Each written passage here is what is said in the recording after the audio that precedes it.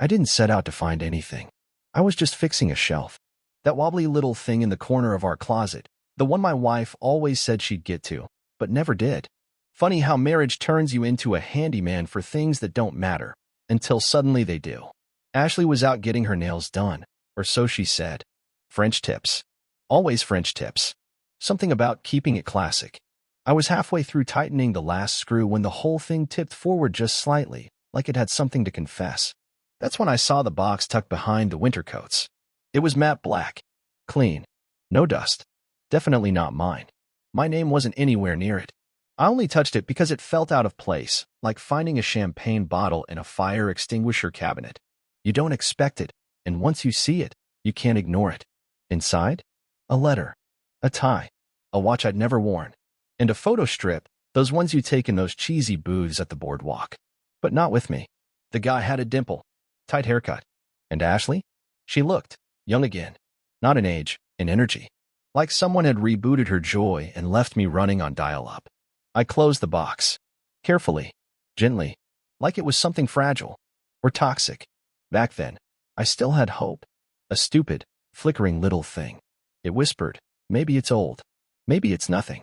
Maybe it's some friend she lost in college and never told me about. Maybe because marriage makes you really good at maybe. That night, I made spaghetti. Her favorite.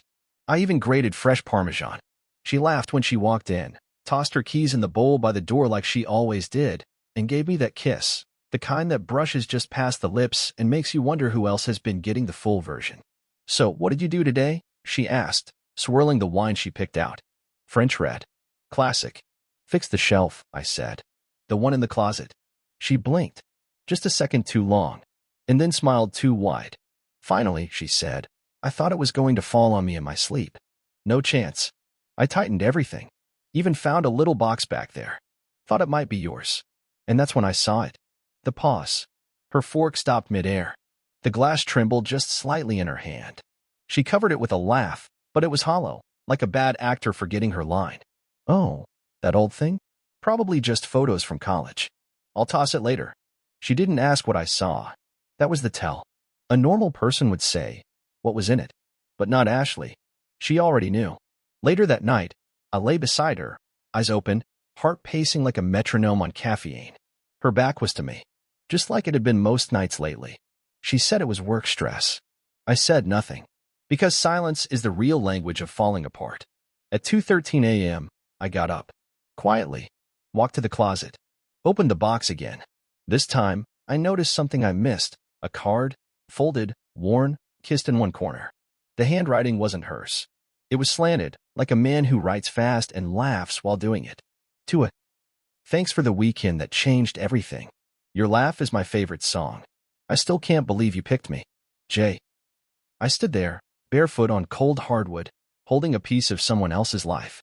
A piece my wife had tucked into our home. Into our closet. Into the space where trust was supposed to live. It wasn't a confession. It was a trophy. That was the night I stopped fixing things. And started noticing. Cliffhanger ending, part 1. The next morning, Ashley left early. She said she had a branding seminar downtown. I didn't say anything. Just smiled, kissed her on the cheek, and watched her drive off.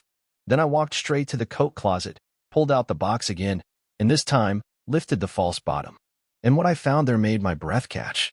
It wasn't photos. It was a hotel room key. And it was dated last weekend. The key card sat in my palm like a dare. Light blue plastic, slightly bent at one corner, the hotel's logo embossed in gold foil. Room 428, Harborview Inn. If betrayal had a business card, this was it. Last weekend, she told me she was visiting her sister in Napa. A girls' recharge trip, she called it. Spa time, wine tasting, no boys allowed. And I believed her. Packed her favorite travel mug. Even reminded her not to forget the heat patch for her lower back. Yeah, I was that guy. The husband who made her tea while she packed her lies.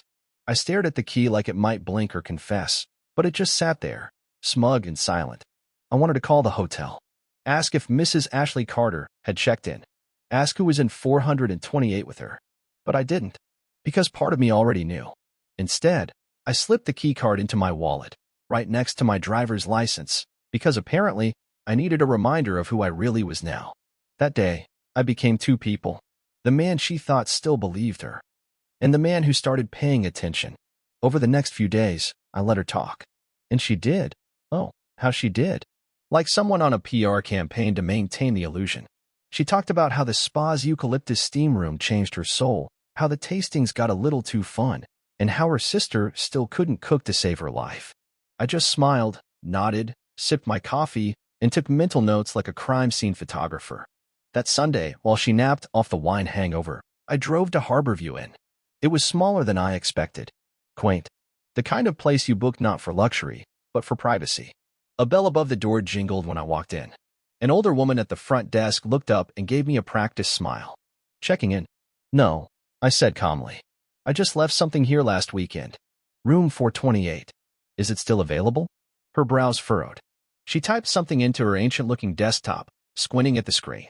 Sorry, sir. Room 428 is actually occupied again today, but last weekend. Let me see. Yes, we had a Ms. Ashley Martin staying there. She looked up and smiled. Want me to call her to check if No need, I said quickly. Wrong Ashley. I left before I could punch the countertop. At home, I was different. Quieter. Still. Like a lake before a storm. Ashley didn't seem to notice. Or maybe she did and just thought I was finally relaxing, like she always nagged me to do. But inside, I was sharpening something invisible. I started piecing together her schedule. When she left, when she returned, who she mentioned, who she never did. I checked our joint bank account and found an ATM withdrawal made near the hotel, $300, Saturday night. Funny. Her sister lives an hour north of that hotel. Convenient detour, I guess. Then came the texts. One night, as she showered, always long showers now, I picked up her phone. No passcode. She never thought she needed one. Or maybe she thought I never had the guts to look. In her messages, nothing suspicious. But in her recently deleted? That's where the truth took off its makeup. Can't stop thinking about you. Saturday was unreal. Same room next time? 428 has good memories. You left your cologne on my scarf. I'm keeping it. And then a photo. Blurry. Just feet on a hotel balcony. His and hers. His socks were patterned, some kind of ridiculous polka dots. Hers were bare. The caption?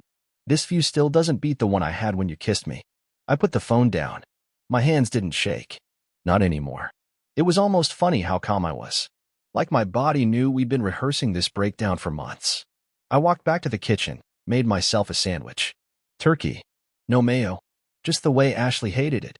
She walked in minutes later, hair damp, skin glowing, and gave me that soft, sleepy smile. You're quiet lately, she said, taking a bite of my sandwich without asking. Everything okay? I smiled back. Just tired. Not a lie. Just incomplete. That night, I lay next to her again. Same bed. Different universe. The next morning, she left early for yoga. Said she'd be gone until noon. I waited 10 minutes, then grabbed my keys. Not to follow her. Not yet. Instead, I went to her shelf, unscrewed the back panel, and tucked something behind the box. A little device. No bigger than a car key. A recorder. Because now, I didn't just want to catch her. I wanted to listen to her fall. You ever heard the sound of betrayal? It's not loud. It doesn't announce itself with fireworks or dramatic music like in the movies. No, real betrayal slips in quiet. Like a whisper through a cracked door. Like a secret packed in a suitcase you helped carry. The recorder I planted was one of those voice-activated models. Slick little thing. Black, no lights, no beeps. It lived behind the shelf, tucked beneath Ashley's private chaos like a ghost with a tape deck. I checked it 3 days later. She'd gone out again, this time for client cocktails with a guy named Harper, who sounded more like an off-brand cologne than a business associate. She kissed me on the cheek on the way out, told me not to wait up. I didn't. Instead, I waited until the garage door groaned shut, then walked upstairs, slid the shelf aside, and retrieved the device like it was evidence from a cold case file. I brought it into my home office, plugged it into the laptop, and hit play. The first few files were boring. Shuffling sounds. Closet doors. Hangers. A few phone calls to her mom, mostly complaining about traffic and work. Then, on file 6, her voice changed. Lighter. Breathier. Different. You always make me laugh, she said. A pause. Then his voice. You say that like it's rare. He chuckled, low, confident, smug.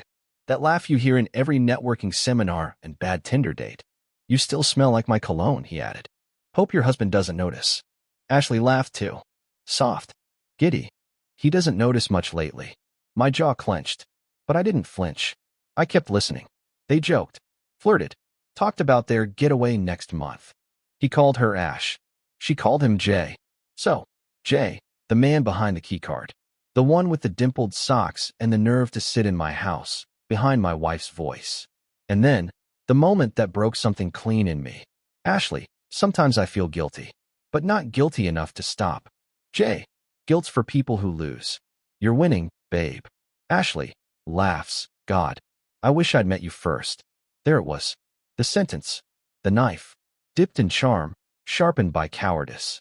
I sat back, hands off the keyboard, just listening to my marriage collapse in 128 kbps. The next morning, I didn't say anything. I made her coffee, toasted her favorite bagel, even folded her workout clothes and left them on the bed with a sticky note that said, "For the queen of client cocktails." She laughed when she saw it. "You're too good to me," she said, sipping foam from her mug like a princess on a throne she didn't earn. "No," I said softly. "I'm just learning how to play the part." She blinked, confused. But I smiled and kissed her forehead, because she didn't know what I knew. And that gave me all the power in the world. That night, I started my second project. The digital folder. I called it the Ash file. Inside, the recordings. Photos of the box. Screenshots of the deleted texts. Bank statements. Hotel receipts. A full timeline. Labeled. Organized. Time-stamped. Cold. Clinical. Precise. Because I wasn't going to scream. I wasn't going to beg.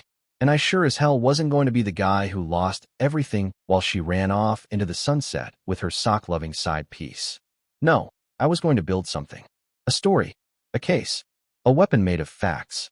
And when I was done, I was going to place it in her lap, look her dead in the eyes, and say, "This isn't revenge. This is clarity." But not yet. Because the best storms don't start with thunder. They start with stillness. That Friday, Ashley had another overnight conference. She left in a red dress I didn't recognize, sprayed perfume that wasn't hers, and promised to call if it didn't run too late. As soon as her car left the driveway, I opened the guest bedroom closet, pulled out my own little box. Inside, a burner phone. Prepaid. Clean. Set to auto-record every call. One number saved in it. Jay. And you better believe I had a plan for him too. You know what's funny? I never expected to have dinner with the man my wife was cheating on me with. But there I was, sitting across from Jay, dimpled smile and all, while he lifted his wine glass like we were old friends catching up. He didn't recognize me. Not yet. Let me rewind. After the recordings, after the deleted texts, after I'd stacked every piece of betrayal into a neat little evidence pyramid, I didn't rage. I researched. Jay worked in real estate. Flashy stuff. Luxury condos, beachside retreats, lifestyle communities, whatever that means. His face was plastered on half the bus benches downtown. Turns out when you're trying to impress someone else's wife, a little facial recognition doesn't hurt. I set up a fake buyer profile. A young couple moving back from Seattle. Budget? $1 million. Style? Open concept, walk-in closets, room for secrets. Jay bit like a hungry shark. We arranged to meet at an upscale steakhouse. His suggestion, naturally. Classy, discreet, easy to talk in, he said. I showed up alone. He didn't bat an eye. I told him my partner got delayed and I wanted to get a feel for his energy. His ego practically ordered dessert. We chatted over appetizers. He did most of the talking. Stories of clients, wins, a few humble brags about helping couples find their dream space. I nodded along, sipping my whiskey, matching his rhythm. Then I said, "You ever sell to married women looking for a way out?" Jay laughed, slow and smug. You'd be surprised. I didn't laugh. I just locked eyes with him and said, "Room 428. Harborview Inn. Ashley Carter." His smile froze mid-laugh. Wine glass halfway to his lips. For the first time all evening, he blinked like a man seeing his future collapse in slow motion. I leaned forward. "I'm her husband." Silence. You could have heard a pin drop on his pride. To his credit, Jay didn't bolt. He swallowed. Hard. Set his glass down. Cleared his throat. "Look, man. I didn't know. I mean, she said things were." "Don't." I cut him off. "Don't do the whole 'I thought you were separated' routine. That line's got more mileage than your leased BMW. He shifted in his seat. His charm was cracking like cheap porcelain. So what now? Now? That was the question, wasn't it? I didn't want to hit him. That would have been easy. Satisfying for about 30 seconds. But then what? No, I wanted him to feel it. To live in it. To carry it like I did. I pulled out my phone. Played a 30-second clip from the recording. Ashley, you still smell like my cologne. Jay, hope your husband doesn't notice. His eyes widened. He looked around, nervous now. The walls were closing in. Relax, I said. This isn't about revenge. I lied. This is about documentation. I stood, dropped a white envelope on the table. Thick. Labeled in clean black Sharpie, leverage. Inside, printouts of texts, timestamps, even a copy of his LinkedIn next to his phone record. If you ever contact her again, I said, this goes to your employer, your clients, your mother, if I'm feeling generous. Jay nodded slowly. No more smugness now. Just a man chewing the flavor out of failure. And if she contacts you, I added, don't worry. I've got her handled. He reached for the envelope. I pulled it back. This one's mine. You'll get your copy if I need you to. Then I walked out, leaving him sitting there, drowning in the wine he'd poured for a different kind of evening. That night, I came home to find Ashley already in bed. I stood in the doorway for a long time, just watching her sleep. Peaceful, unbothered, like she hadn't just detonated everything we built with the emotional equivalent of a smile and a match. I slipped under the covers beside her. She stirred, murmured, missed you. I whispered, I know. Because I did. I missed who she used to be. Not this stranger in my bed. The next morning, Ashley was humming in the kitchen. Humming. As if her world wasn't built on a house of lies. She handed me a cup of coffee, smiling. You seem lighter today. I sipped it slowly. Nodded. I had a productive night. And as she walked away, she didn't notice what I slipped into her purse. A single photograph. Of her and Jay. Kissing. Dated. Stamped. Labeled. I know everything. Ashley didn't mention the photo. Not that day. Not the next. Not even a raised eyebrow or a passive-aggressive quip over dinner like she used to drop when I forgot to take the trash out. No. She was playing it cool. Which told me everything. She'd seen it. She knew. And now we were in that quiet, suffocating space between the match and the fire. That week, she became affectionate. Not clingy. Calculated. Kisses on the cheek. Soft hands on my shoulder while I worked. Even made me breakfast one morning. Eggs, bacon, a note that said, thought you deserved something warm today. Which was rich, considering she'd been serving ice-cold lies for months. She was trying to win me back. Not because she wanted me, but because she wanted control. That's what people like Ashley do when they sense they're slipping. They reel you in with sweetness, hoping you won't notice the hook under the sugar. I played along. Smiled. Complimented her new dress. Told her we should do something nice soon. She beamed. That sounds great. And I meant it. Because I already had something very nice planned. Friday night, I told her we were going to a dinner party. I said one of my clients had invited us. Classy venue, rooftop setting, upscale crowd. You'll love it, I said, while tying my tie. You always love playing the part. She smiled like I'd just handed her an award. She wore that navy dress. The one she said made her feel like royalty. The irony wasn't lost on me. We pulled up to the hotel. Not a hotel. The hotel. Harborview Inn. I parked without a word. She glanced at the sign, then back at me. You said rooftop, she murmured. I did. I said cool as frost. Come on. We took the elevator to the 4th floor. The doors opened. Room 428 was just down the hall. She stopped walking. I didn't. I walked right to the door. Took out the key card I'd kept. Slid it in. Green light. Click. Door open. After you, I said. Her face had gone pale. All the color drained like the truth had finally caught up to her bloodstream. Logan, she started. But I was already inside. Everything was exactly as I'd seen in the photo. That same little balcony. The 2 chairs. The framed painting of the harbor. The one she and Jay had joked about, saying it looked like bad clip art. I walked to the dresser. Opened the drawer. Pulled out a manila envelope. This, I said, tossing it on the bed, is the real dinner party. Inside, a full copy of the Ash file. I'd printed it out, labeled it page by page. I'd even included a neat little section called Narrative Control, where I had transcriptions of every recorded conversation. Annotated, highlighted. Ashley didn't touch it. She didn't move. She just stood there, shaking her head like she was stuck in a dream with no exit door. I don't understand what this is, she whispered. I looked her in the eye. It's your story, written by the only person who was actually paying attention. Silence. Then, finally, she spoke. Are you planning to expose me? I tilted my head. Already did. She blinked. I smiled. Your parents have a copy. So does your boss. I sent it anonymously. Just facts.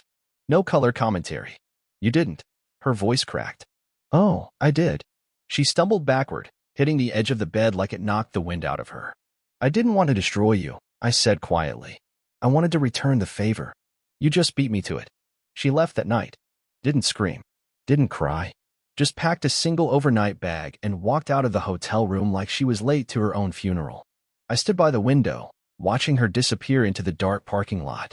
I didn't feel triumphant. I didn't feel broken. I felt still. Because when a storm passes, it doesn't leave fireworks. It leaves silence. The next morning, I checked my email. One new message. No subject. No signature. Just a single sentence. You think this is over? You think this is over? That single line sat in my inbox like a landmine. Ashley was never the type to go quietly. The woman couldn't leave a group chat without a 700-word farewell monologue and 3 crying emojis. Of course she'd try something. Of course. I didn't reply. Not yet. I needed to see where she was going with it. But I knew that tone. It wasn't regret. It was strategy. 2 days passed. No calls. No texts. Just waiting. A stale kind of silence. Like standing on a frozen lake and hearing a crack, but not knowing where it came from. Then came the call from my boss. Hey, Logan, you got a minute? He was polite, but careful. Corporate careful. The kind of careful that tells you someone's been whispering your name in all the wrong places. I got an email. Anonymous. About Ashley. And, you. He paused. There's accusations, man. Harassment. Monitoring. Emotional abuse. She's saying you stalked her, recorded her illegally. That you've got some kind of revenge plan. There it was. Ashley had played her last card. Victim. I laughed. Out loud. Couldn't help it. Did she attach evidence? No, he said. That's the problem. There's no proof. But legal's asking questions now. And HR's gonna want to talk to you. Of course they were. I thanked him. Hung up.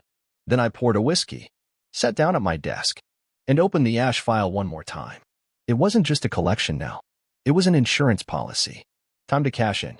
I didn't respond to her directly. I responded publicly. No names. No details. Just a Medium article. Titled, When the Person You Love is Just Playing a Role. It was subtle. Poetic. I talked about control, deception, false narratives. I let the truth bleed through the subtext, like light under a locked door. The article got traction. Shares. DMs. People don't just read betrayal, they inhale it. Then I followed it with a series of letters I never sent on a private blog. Each letter was to her, but written for them. People recognized the cadence. Friends. Coworkers. Even a few of her mutuals. Ashley wanted the spotlight? I gave her one. But I never said her name. That was the key. She couldn't prove a thing. But her world? It was starting to shrink. Ashley didn't respond to the posts. Not publicly. But I started hearing things. From friends. From neighbors. Even her yoga instructor. She's different, they said. Withdrawn. Good. Let her feel the echo. Let her hear her own footsteps and wonder if they were being followed by a ghost she created. I didn't need to expose her to the world. I just needed her to feel exposed. Insecure. Uneasy. Like I'd felt. Every day. Every night. Sleeping next to a stranger who kissed me with someone else's taste still on her lips. One afternoon, I drove past Harborview and again.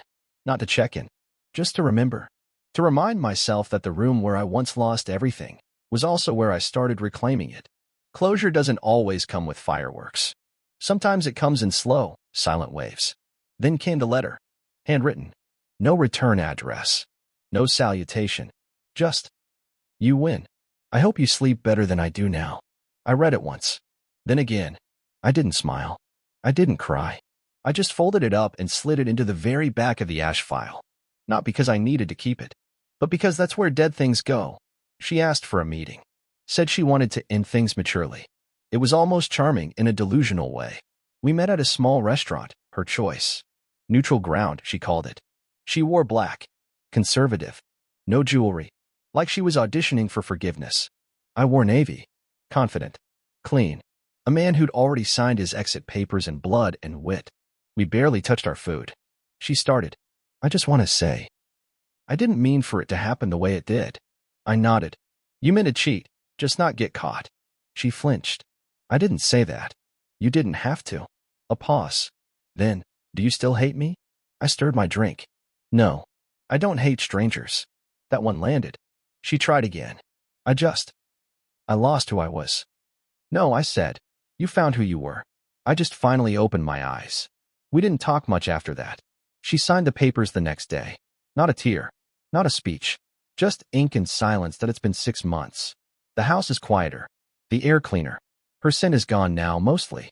Except for one scarf I found wedged behind the dryer. Still faintly floral. I didn't throw it away. I vacuum sealed it. Stored it in the attic. Why? Because sometimes, pain deserves a place. A shelf. A box. A label. Caution, do not open. People ask if I'll date again. I will. Eventually.